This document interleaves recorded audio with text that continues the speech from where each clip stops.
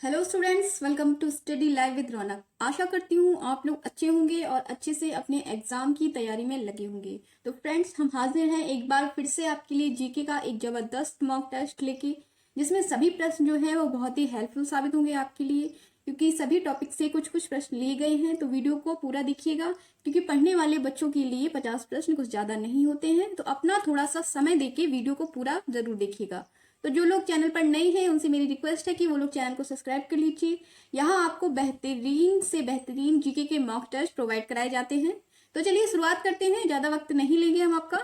तो पहला प्रश्न हिस्ट्री का होगा, जो कि आपकी स्क्रीन पे नजर ही आ रहा है कि वह शासक कौन था जिसने राज सिंहासन पर बैठने के लिए अपने बड़े भाई सुसीम की हत्या की थी। आपसे ये पूछ रहा है, ऐसा कौन सा शासक था जिसने राज सिंहासन पर बैठने के लिए अपने बड़े भाई सुसीम की हत्या कर दी थी। ऑप्शन है यहाँ पर आपके कनिष्क, सिमुक, अशोक या अजात शत्रु। तो आपका राइट आंसर हो जाएगा ऑप्शन नंबर सी, अशोक। ठीक है, अशोक, जिन्हें चक्रवर्ती अशोक सम्राट के नाम से भी जाना जाता है, इन्होंने राज सिंहासन पर बैठने के लिए अपने बड़े भाई सुसीम की हत्या कर दी थी। सुसीम जो कि बिंदुसार का पुत्र था और अशोक का सौतेला भाई था। ठीक है, तो आपका राइट आंसर है यहाँ पर ऑप्शन नंबर सी, अशोक हो जाएगा। चलिए नेक्स्ट क्वेश्चन लेंगे अपना हम, और नेक्स्ट क्वेश्चन है आपका, गुप्त वंश का वह राजा कौन था जिसने हूणों का भारत पर आक्रमण करने से रोका था हूणों को। ऑप्शन है आपके चंद्रगुप्त, स्कंदगुप्त या समुद्रगुप्त या कुमारगुप्त। तो यहाँ आपका राइट आंसर हो जाएगा ऑप्शन नंबर बी, स्कंदगुप्त, जो है जो गुप्त साम्राज्य के एक महान शासक थे। इन्होंने हूणों का भारत पर आक्रमण करने से रोका था। ये जो हूणों को आक्रमण की घटना थी वो गुप्त काल की बहुत ही महत्वपूर्ण घटना थी। और स्कंदगुप्त की विजय का जो वर्णन है वो आपको जूनागढ़ अभिलेख में मिलता है। कहाँ मिलता है इनकी विजय का वर्णन? ये भी आपसे क्वेश्चन अगर पूछ दिया जाता है कि स्कंदगुप्त की विजय का वर्णन किस अभिलेख में है, तो वो आंसर होगा जूनागढ़। ठीक है, स्कंदगुप्त की विजय का वर्णन आपको जूनागढ़ अभिलेख में मिलता है और इसका राइट आंसर है स्कंदगुप्त। गुप्त वंश का वह राजा कौन था जिसने हूणों को भारत पर आक्रमण करने से रोका था? तो यहाँ आपका राइट आंसर है स्कंदगुप्त थे, जिन्होंने हूणों को भारत पर आक्रमण करने से रोका था। चलिए अगला क्वेश्चन लेंगे। क्वेश्चन नंबर 3 है आपका, चंदावर का युद्ध 1194 ईस्वी में किसके मध्य हुआ था? आपसे पूछ रहा है चंदावर का युद्ध जो 1194 ईस्वी में हुआ था वो किसके बीच हुआ था? ऑप्शन है जयचंद एवं मोहम्मद गौरी, भीम द्वितीय एवं मोहम्मद गौरी, पृथ्वीराज द्वितीय एवं मोहम्मद गौरी या इनमें से कोई नहीं। तो यहाँ पर आपका जो राइट आंसर है ऑप्शन नंबर ए आपको नजर आ रहा है। चंदावर का युद्ध जयचंद व मोहम्मद गौरी के मध्य हुआ था। किसके मध्य? मोहम्मद गौरी और कन्नौज के जो राजा थे, राजा जयचंद, उनके मध्य हुआ था। और इस युद्ध में जयचंद की हार हुई थी एवं मृत्यु हो गई थी। जीत किसकी हुई थी? मोहम्मद गौरी की, और जयचंद की हार व मृत्यु हो गई थी। किसकी? जयचंद की इस युद्ध में मृत्यु हो गई थी एवं हार हुई थी। और जीत किसकी हुई थी? तो मोहम्मद गौरी की हुई थी। तो इसका राइट आंसर है जयचंद एवं मोहम्मद गौरी के मध्य चंदावर का युद्ध लड़ा गया था। चलिए अगला क्वेश्चन लेंगे। क्वेश्चन नंबर 4 है आपका, वह कौन सी पहली इमारत है जिसका निर्माण संगमरमर से तो हुआ है और जिसमें पिटाड्यूरा का प्रयोग हुआ है? पिटाड्यूरा एक शैलकृति है, उसका प्रयोग हुआ है।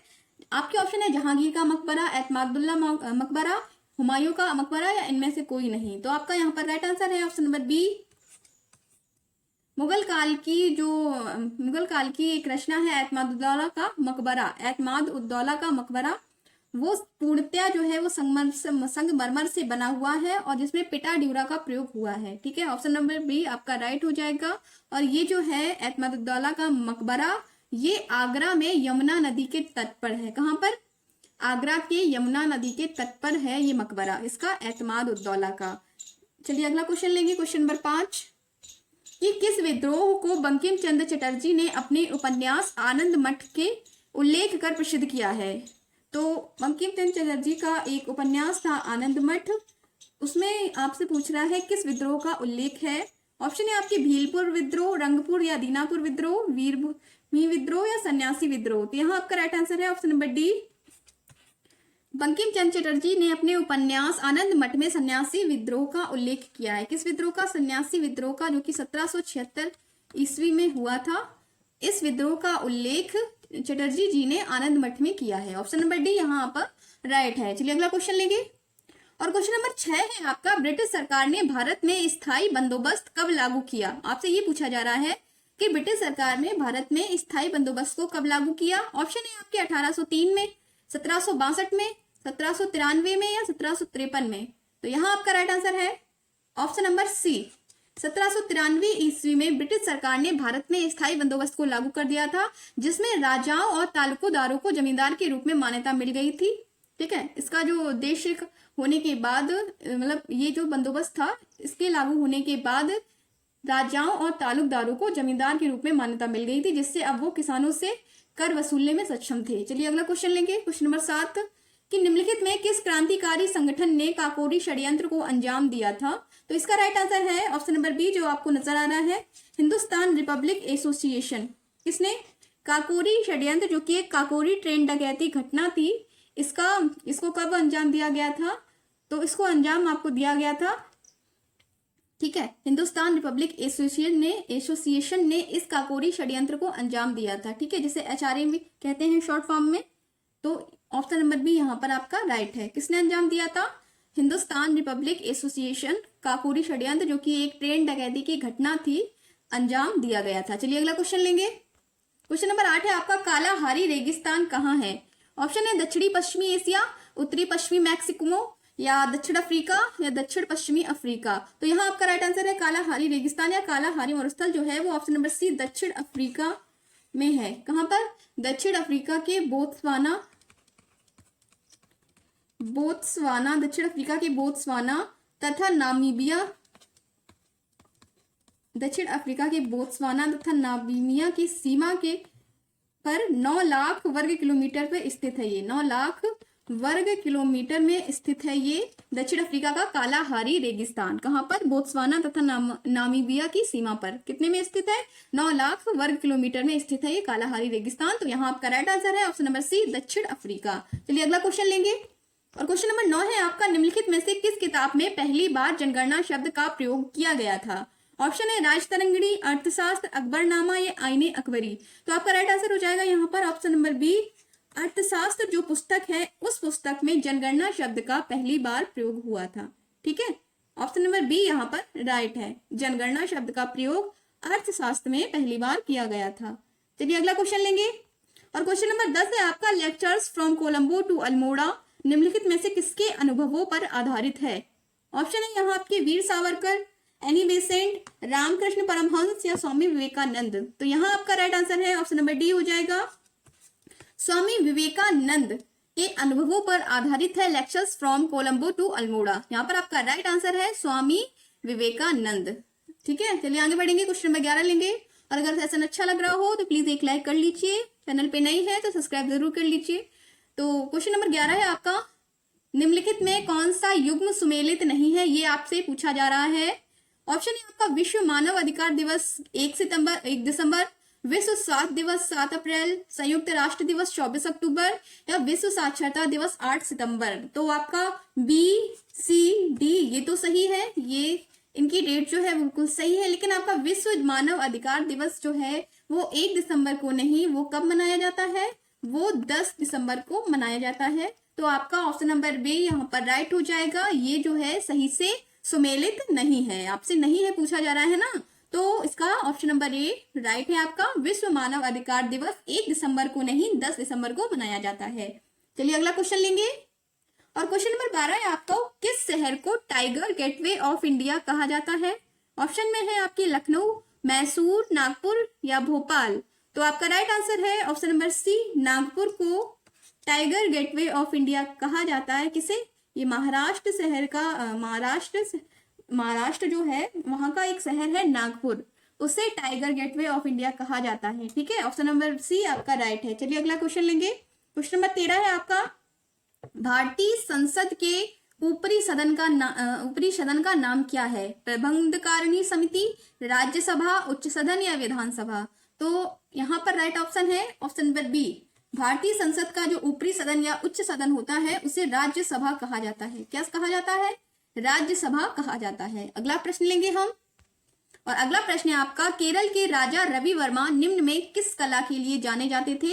ये जो राजा रवि वर्मा है ये बहुत प्रसिद्ध है, केरल के हैं ये, और ये ऑप्शन नंबर बी राइट है, ये चित्रकला, ठीक है, चित्रकार के रूप में जाने जाते थे, ये फेमस चित्रकार थे। ठीक है। और तो इनकी एक प्रसिद्ध शकुंतला, इन्होंने शकुंतला की चित्र बनाई थी, शकुंतला का वो इनका फेमस चित्र था, बहुत प्रसिद्ध चित्र है शकुंतला का। ठीक है, चलिए आगे बढ़ेंगे। क्वेश्चन नंबर 15 है आपका, संसद के दोनों सदनों का संयुक्त अधिवेशन किसके द्वारा बुलाया जाता है? ये आपसे पूछा जा रहा है कि संसद के दोनों सदनों का संयुक्त अधिवेशन किसके द्वारा बुलाया जाता है। ऑप्शन है लोकसभा का अध्यक्ष, राष्ट्रपति, प्रधानमंत्री या राज्यसभा के सभापति। तो यहाँ आपका राइट आंसर है ऑप्शन नंबर बी, संसद के दोनों सदनों का जो संयुक्त अधिवेशन है वो राष्ट्रपति के द्वारा बुलाया जाता है। किसके द्वारा? राष्ट्रपति के द्वारा बुलाया जाता है। चलिए अगला क्वेश्चन लेंगे। और क्वेश्चन नंबर 16 है आपका, 73वें संविधान संशोधन द्वारा संविधान में कौन सी अनुसूची जोड़ी गई है? ये आपसे पूछा जा रहा है। तो ये आपका राइट आंसर है यहाँ पे ऑप्शन नंबर सी, संविधान के 73वें संविधान संशोधन में 11वीं अनुसूची 1992 में जोड़ी गई थी। 1992 में जो 73वां संविधान संशोधन हुआ था उसके तहत 11वीं अनुसूची जोड़ी गई थी। ठीक है, ऑप्शन नंबर सी आपका राइट है, 11वीं अनुसूची को 73वें संविधान संशोधन द्वारा जोड़ा गया है। अगला क्वेश्चन लेंगे। क्वेश्चन नंबर 17 हो जाएगा आपका, निम्नलिखित में कौन से संशोधन के पश्चात बोडो और डोगरी भाषाएं 8वीं अनुसूची में शामिल की गई हैं? आपसे पूछ रहा है किस संशोधन के पश्चात बोडो और डोगरी भाषाएं जो हैं 8वीं अनुसूची में शामिल की गई थी? तो वो हो जाएगा इसका right answer option number B यहाँ पर है, 92 जो संविधान संशोधन हुआ था 2003 में, उसमें 4 भाषाएं जोड़ी गई थी जिसमें बोडो, डोगरी, मैथिली और संथाली भी थी। कौन कौन सी? बोडो, डोगरी, मैथिली और संथाली, ये 4 भाषाएं 92वें संविधान संशोधन 2003 के अधिनियम के तहत जोड़ी गई थी। ठीक है, चलिए अगला क्वेश्चन लेंगे। और अगला क्वेश्चन है आपका, किस संवैधानिक संशोधन अधिनियम द्वारा गोवा को राज्य का दर्जा, पूर्ण राज्य का दर्जा प्रदान किया गया? आपसे ये पूछा जा रहा है किस संवैधानिक संशोधन अधिनियम द्वारा गोवा को राज्य का दर्जा प्रदान किया गया है? तो यहाँ आपका राइट आंसर है 56वां संविधान संशोधन 1987 के तहत। ठीक है, कब? 56वां संविधान संशोधन 1987 के तहत गोवा को एक पूर्ण राज्य का दर्जा प्रदान कर दिया गया था। ऑप्शन नंबर सी बिल्कुल राइट है। अगला क्वेश्चन पे चलेंगे। क्वेश्चन नंबर 19 है आपका, प्रथम पिछड़ा वर्ग आयोग के अध्यक्ष कौन थे? ये आपसे पूछ रहे हैं, वीवी मंडल, काका कालेलकर, वीपी सिंह या एच हनुमथप्पा। तो ये आपका राइट आंसर है ऑप्शन नंबर बी, प्रथम पिछड़ा वर्ग आयोग के अध्यक्ष जो है वो काका कालेलकर थे। कौन थे? काका कालेलकर प्रथम पिछड़ा वर्ग आयोग के अध्यक्ष थे। अगला क्वेश्चन लेंगे। क्वेश्चन नंबर 20 है आपका, पंडित दीनदयाल पशु चिकित्सा विश्वविद्यालय कहाँ है? ऑप्शन हो जाएंगे आपके, आगरा है, मथुरा, बरेली या कानपुर। तो यहाँ आपका राइट आंसर है उत्तर प्रदेश के मथुरा जिले में स्थित है पंडित दीनदयाल पशु चिकित्सा विश्वविद्यालय। कहाँ? उत्तर प्रदेश के मथुरा जिले में। आगे बढ़ेंगे। Question number 21। क्वेश्चन नंबर 21 है आपका, जीवाणु की खोज किसने की थी? ऑप्शन है Louis Pasteur, Leeuwenhoek, Robert Hooke, Torricelli. तो यहाँ आपका राइट आंसर है ऑप्शन नंबर बी जो आपको नजर आ रहा है। जीवाणु की खोज जो है वो ल्यूवेनहॉक, एंटनी वॉन ल्यूवेनहॉक इनका पूरा नाम है, इन्होंने की थी। किसने? ल्यूवेनहॉक ने जीवाणु की खोज की थी। अगला क्वेश्चन लेंगे। क्वेश्चन नंबर 22 हो जाएगा आपका कि तेजाब वर्षा पर्यावरण में निम्न प्रदूषण से होती है?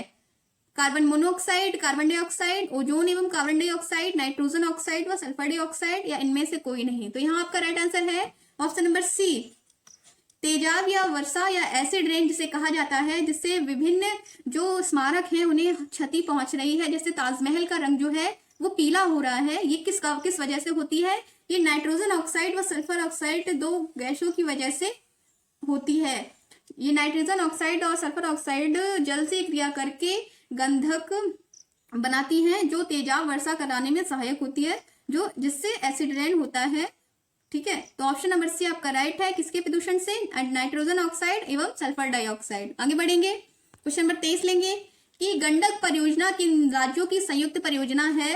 तो यहाँ आपका राइट आंसर है, गंडक परियोजना जो है वो 2 राज्य, ऑप्शन नंबर ए बिहार व उत्तर प्रदेश की संयुक्त परियोजना है। ठीक है, बिहार व उत्तर प्रदेश राज्य की संयुक्त परियोजना है गंडक। चलिए अगला क्वेश्चन लेंगे। क्वेश्चन नंबर 24 आपका, उत्तर प्रदेश में किसान वृद्धा पेंशन योजना कब आरंभ हुई? आपसे ये पूछ रहा है, उत्तर प्रदेश में किसान वृद्धावस्था पेंशन योजना कब आरंभ हुई? तो यहाँ आपका राइट आंसर है ऑप्शन नंबर ए, किसान वृद्धावस्था पेंशन योजना 2003 में शुरुआत की गई थी उत्तर प्रदेश में। कब? 2003 में। अगला क्वेश्चन लेंगे। क्वेश्चन नंबर 25 है आपका, कि उत्तर प्रदेश के किस जिले में पुष्प से इत्र बनाया जाता है? ऑप्शन है फर्रुखाबाद, कन्नौज, मुरादाबाद या लखनऊ। तो यहाँ पर राइट आंसर हो जाएगा कि इत्र नगरी के नाम से प्रसिद्ध जो कन्नौज है वहां जिले में पुष्प से इत्र बनाया जाता है और इत्र वहां का फेमस है और इत्र नगरी के नाम से ही फेमस है आपका कन्नौज। कन्नौज यहाँ पर राइट है। चलिए आगे बढ़ेंगे।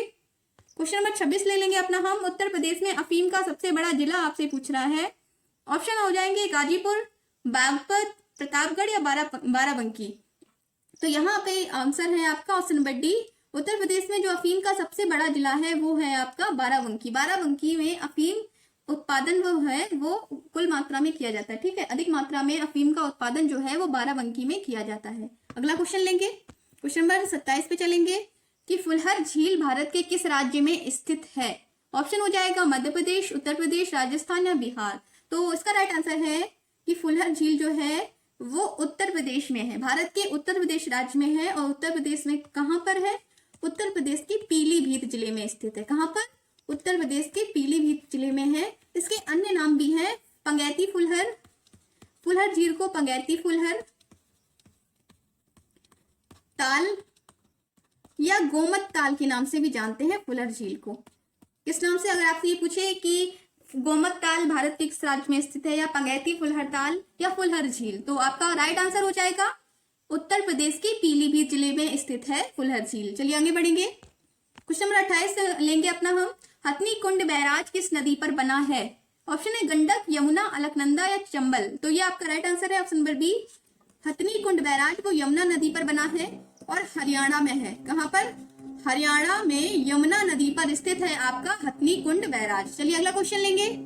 और क्वेश्चन नंबर 29 है आपका guilty man of Indian partition पुस्तक किसने लिखी है? क्या पूछ रहे हैं आपसे कि guilty man of Indian partition पुस्तक किसके द्वारा लिखी गई है? तो ये लिखी गई है आपके ऑप्शन नंबर बी राइट है, डॉक्टर राम मनोहर लोहिया द्वारा लिखी गई है। Guilty man of Indian partition पुस्तक कब लिखी गई है? 1960 में। ठीक है, 1960 में डॉक्टर राम मनोहर लोहिया द्वारा लिखी गई है। चलिए आगे बढ़ेंगे। क्वेश्चन नंबर 30 पे चलते हैं। बनारस हिंदू विश्वविद्यालय के संस्थापक आपसे पूछ रहे हैं कि कौन थे? तो इसका राइट आंसर है option number B, Madan Mohan Malaviya द्वारा बनारस हिंदू विश्वविद्यालय की स्थापना की गई थी। कब की गई थी? 4 फरवरी 1916 में इसकी स्थापना की गई थी और किसके द्वारा? मदन मोहन मालवीय के द्वारा की गई थी। अगला क्वेश्चन लेंगे। क्वेश्चन नंबर 31 हो जाएगा आपका कि निम्नलिखित में किसने सभी तीनों गोलमेज सम्मेलनों में भाग लिया था? तो option A Jawaharlal Nehru, B R Ambedkar, Vallabh Bhai Patel या राजेंद्र प्रसाद। तो यहाँ आपका राइट आंसर है option number B R Ambedkar ने तीनों गोलमेज सम्मेलनों में भाग लिया था। किसने? बी आर अम्बेडकर द्वारा तीनों गोलमेज सम्मेलनों में भाग लिया गया था। अगला क्वेश्चन लेंगे। क्वेश्चन नंबर 32 हो जाएगा। इनमें से कौन सा संगठन कलिंग पुरस्कार प्रदान करता है? यूनेस्को, CSIR, विज्ञान एवं तकनीक विभाग, मानव संसाधन एवं विकास मंत्रालय। तो यहाँ राइट आंसर है ऑप्शन नंबर ए, यूनेस्को द्वारा कलिंग पुरस्कार प्रदान किया जाता है। किसके द्वारा? और इसकी शुरुआत हुई थी 1952 में विज्ञान की लोकप्रियता बढ़ाने के लिए। किस लिए? विज्ञान की लोकप्रियता बढ़ाने के लिए। विज्ञान की लोकप्रियता बढ़ाने के लिए 1952 में यूनेस्को द्वारा कलिंग पुरस्कार प्रदान करने की घोषणा की गई थी। चलिए अगला क्वेश्चन लेंगे। और क्वेश्चन नंबर 33 हो जाएगा आपका कि इनमें से कौन गोल्डन ग्लोब पुरस्कार वर्ष 2009 जीतने वाला पहला भारतीय बना है? ऑप्शन है अरमान मलिक, जाकिर हुसैन, AR रहमान या अनु मलिक। तो यहाँ आपका राइट आंसर है option number C, AR Rahman. AR Rahman जो है वो गोल्डन ग्लोब पुरस्कार जीतने वाले पहले भारतीय बने थे। और इन्हें एक गाना था इनका मूवी का कि स्लम डॉग मिलियनेयर जो मूवी था उनके गाने के लिए इन्हें गोल्डन ग्लोब पुरस्कार मिला था। ठीक है, जो स्लम डॉग मिलियनेयर मूवी थी उनका गाना था जय हो, उसके लिए इन्हें ये पुरस्कार मिला था। चलिए अगला क्वेश्चन लेंगे। क्वेश्चन नंबर 34 है आपका एज यू लाइक इट के रचयिता आपसे पूछे जा रहे हैं कि एज यू लाइक इट के रचयिता कौन है? तो आपका राइट आंसर हो जाएगा ऑप्शन नंबर सी, ये जो रचना है वो विलियम शेक्सपियर द्वारा रचित है। किसके द्वारा? विलियम शेक्सपियर द्वारा रचित है एज यू लाइक इट। चलिए अगला क्वेश्चन लेंगे। क्वेश्चन नंबर 35 है हाल ही में जारी ग्लोबल इनोवेशन इंडेक्स 2023 में दुनिया में भारत को कौन सा स्थान मिला है? इसमें पूछा जा रहा है GII यानी ग्लोबल इनोवेशन इंडेक्स वैश्विक नवाचार संकेत में 2023 में दुनिया भर में भारत को 40वां स्थान प्राप्त हुआ है। भारत की स्थिति सुधरी है, 180 से 40वें स्थान पर पहुंचा है भारत। ठीक है, कौन सा स्थान मिला है? 40वां स्थान मिला है। अगला क्वेश्चन लेंगे। और अगला प्रश्न है, हाल ही में भारत के पुरानी संसद भवन का नाम बदलकर, ये आपका करंट का क्वेश्चन है कि पुराने संसद भवन का नाम बदलकर क्या रख दिया गया है। तो यहाँ आपका राइट आंसर हो जाएगा संविधान सदन। ऑप्शन नंबर सी राइट है। संसद भवन का नाम बदलकर अब उसे क्या कहा जाएगा, संविधान सदन। अगला क्वेश्चन लेंगे, क्वेश्चन नंबर 37 है आपका, हाल ही में कौन वनडे एशिया कप में सर्वाधिक विकेट लेने वाले भारतीय गेंदबाज बने हैं। कुलदीप यादव, यजुवेंद्र चहल, रविंद्र जडेजा या जसप्रीत बुमराह। तो आपका राइट आंसर है option number C, Ravindra Jadeja जो है वो वनडे एशिया कप जो अभी हुआ था उसमें सर्वाधिक विकेट लेने वाले भारतीय गेंदबाज बन गए हैं। इन्होंने इरफान पठान को पीछे छोड़ दिया है। चलिए अगला क्वेश्चन लेंगे, क्वेश्चन नंबर 38 है आपका कि हाल ही में कितने वैज्ञानिकों को वर्ष 2022 का शांति स्वरूप भटनागर पुरस्कार दिया गया है। 10, 11, 12 या 14। तो आपका राइट आंसर है ऑप्शन नंबर सी, 12 युवा वैज्ञानिकों को शांति स्वरूप भटनागर पुरस्कार से सम्मानित किया गया। कितने, 12 युवा वैज्ञानिकों को। अगला क्वेश्चन लेंगे, क्वेश्चन नंबर 39 है आपका, हाल ही में किस सुंदरी ने मिस इंटरनेशनल इंडिया 2023 का खिताब जीता है। ऑप्शन है आपके प्रवीणा अंजना, गीतिका राव, मधु चावला या अनन्या शर्मा। तो यहाँ पर जो आपका राइट आंसर है ऑप्शन नंबर ए, प्रवीणा अंजना। क्या, प्रवीणा अंजना ने मिस इंटरनेशनल इंडिया 2023 का खिताब जीता है और ये कहाँ की है, ये उदयपुर की है। इन्होंने मिस इंटरनेशनल इंडिया 2023 का खिताब अपने नाम कर लिया है। क्वेश्चन नंबर 40 पे चलते हैं और 40 क्वेश्चन हो गए हैं। मैंने आपसे एक बार सब्सक्राइब करने के लिए नहीं कहा है, तो फिर से मेरी रिक्वेस्ट है, अगर आप चैनल पे नए हैं तो प्लीज अपना सपोर्ट करिए और चैनल को सब्सक्राइब जरूर कर लीजिए, प्लीज प्लीज। तो 40 क्वेश्चन है, हाल ही में कौन पाकिस्तान में भारत की पहली महिला IFS अधिकारी बनी है। तो मीनाक्षी शर्मा, गीतिका श्रीवास्तव या रीटा अग्रवाल या अमीषा देगवन। लेकिन यहाँ पर राइट आंसर है ऑप्शन नंबर बी, गीतिका श्रीवास्तव को हाल ही में पाकिस्तान में भारत की पहली महिला IFS अधिकारी नियुक्त किया गया है। इन्होंने इंडियन हाई कमीशन की कमान वहां पर संभाली है। ठीक है, कौन सा पद इन्हें दिया गया, इंडियन हाई कमीशन का पद इन्होंने संभाला है पाकिस्तान में। किसने, गीतिका श्रीवास्तव ने। चलिए अगला क्वेश्चन लेंगे और क्वेश्चन नंबर 41 हो जाएगा आपका, हाल ही में किस खिलाड़ी को भारतीय प्रौद्योगिकी कंपनी इन्फोसिस के नए ब्रांड एम्बेसडर के रूप में नियुक्त किया गया है। ऑप्शन है Carolina Marin, Sunil Chhetri, Rafael Nadal या अजिंक्य रहाणे। तो आपका राइट आंसर है option number C, Rafael Nadal को 24 अगस्त 2023 को इन्फोसिस के नए ग्लोबल ब्रांड एम्बेसडर के रूप में नियुक्त किया गया है। ठीक है, किसे, राफेल नडाल को। चलिए अगला क्वेश्चन लेंगे और क्वेश्चन नंबर 42 हो जाएगा आपका कि हाल ही में किसे महाराष्ट्र सरकार द्वारा स्थापित पहले उद्योग रत्न पुरस्कार से सम्मानित किया गया है। तो यहाँ आपका राइट आंसर है ऑप्शन नंबर सी, रतन टाटा। ठीक है, रतन टाटा को महाराष्ट्र सरकार द्वारा स्थापित पहला उद्योग रत्न पुरस्कार से सम्मानित किया गया है। अगला क्वेश्चन लेंगे, क्वेश्चन नंबर 43 आपका, किस फुटबॉल टीम ने फीफा वुमेन्स वर्ल्ड कप 2023 का खिताब जीता है। ऑप्शन हो जाएगा इंग्लैंड, नॉर्वे, जर्मनी या स्पेन। तो यहाँ आपका राइट आंसर है Spain, option number D. Spain ने हाल ही में जो स्पेन की जो फुटबॉल टीम है उसने फीफा वुमेन्स वर्ल्ड कप 2023 का खिताब अपने नाम कर लिया है। अगला क्वेश्चन लेंगे, क्वेश्चन नंबर 44 है, हाल ही में किस हॉकी टीम ने मेंस एशियन चैंपियंस ट्रॉफी 2023 का खिताब जीता है। मलेशिया, पाकिस्तान, दक्षिण कोरिया, भारत। तो आपका राइट आंसर है ऑप्शन नंबर डी, भारत ने ये खिताब जो है एशियन चैंपियंस ट्रॉफी 2023 का अपने नाम कर लिया है हॉकी का। ठीक है, आगे बढ़ेंगे, क्वेश्चन नंबर 45 में हो जाएगा आपका, हाल ही में केंद्र सरकार द्वारा बुनियादी शिक्षा को बढ़ावा देने के लिए कौन सा ऐप लॉन्च किया गया है। तो यहाँ आपका राइट आंसर है ऑप्शन नंबर बी, उल्लास। धर्मेंद्र प्रधान जो कि शिक्षा मंत्री हैं, इन्होंने उल्लास ऐप को लॉन्च किया गया है बुनियादी शिक्षा को बढ़ावा देने के लिए। और ये है क्या, उल्लास का फुल फॉर्म हो जाएगा अंडरस्टैंड लाइफ लॉन्ग। या उल्लास का अगर आपसे फुल फॉर्म आ जाता है तो मैं बता रही हूं, अंडरस्टैंड लाइफ लॉन्ग लर्निंग। ठीक है, understand life long learning for all society. ये आपको उल्लास का फुल फॉर्म हो जाएगा, क्या हो जाएगा, understand life long learning for all society. किसने लॉन्च किया है, तो आपके शिक्षा मंत्री जो है वो धर्मेंद्र प्रधान द्वारा इसे लॉन्च किया गया है बुनियादी शिक्षा को बढ़ावा देने के लिए। चलिए अगला क्वेश्चन लेंगे और क्वेश्चन नंबर 40 आपका, प्रतिवर्ष दुनिया भर में विश्व अंतर्राष्ट्रीय न्याय दिवस किस तारीख को मनाया जाता है। तो यहाँ पर आपका राइट आंसर है ऑप्शन नंबर सी, 17 जुलाई को। कब मनाया जाता है? 17 जुलाई को विश्व अंतर्राष्ट्रीय न्याय दिवस मनाया जाता है। और इस बार 2023 की जो थीम थी वो थी सामाजिक न्याय के लिए बाधाओं पर काबू पाना।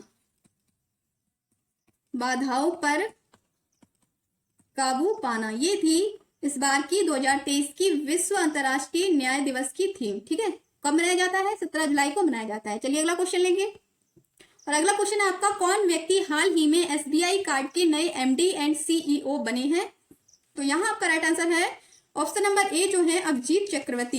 ये एसबीआई कार्ड के नए एमडी तथा सीईओ बने हैं। कौन? अभिजीत चक्रवर्ती। ऑप्शन नंबर ए आपका राइट है। चलिए अगला क्वेश्चन लेंगे। और क्वेश्चन नंबर 48 है आपका, भारत के एकमात्र किस राज्य की राजभाषा जो है वो अंग्रेजी है? राजभाषा आपसे पूछ रहा है किसकी अंग्रेजी है? नागालैंड, राजस्थान, महाराष्ट्र या मणिपुर? तो आपका राइट आंसर है option number A Nagaland. Nagaland की राजभाषा जो है वो अंग्रेजी है। ठीक है, चलिए आगे बढ़ेंगे। क्वेश्चन नंबर 49 लेंगे हम कि राजभाषा आयोग के प्रथम अध्यक्ष थे। ऑप्शन है बीजी खेर, एमएस कृष्णा, फजल अली या हृदयनाथ कुजरू? तो आपका राइट आंसर हो जाएगा ऑप्शन नंबर ए जो आपको नजर आ रहा है। राजभाषा आयोग के प्रथम अध्यक्ष बीजी खेर थे। कौन थे? बीजी खेर। इनका पूरा नाम है बाल गंगाधर खेर थे राजभाषा आयोग के प्रथम अध्यक्ष। और राजभाषा आयोग का गठन कब किया गया था?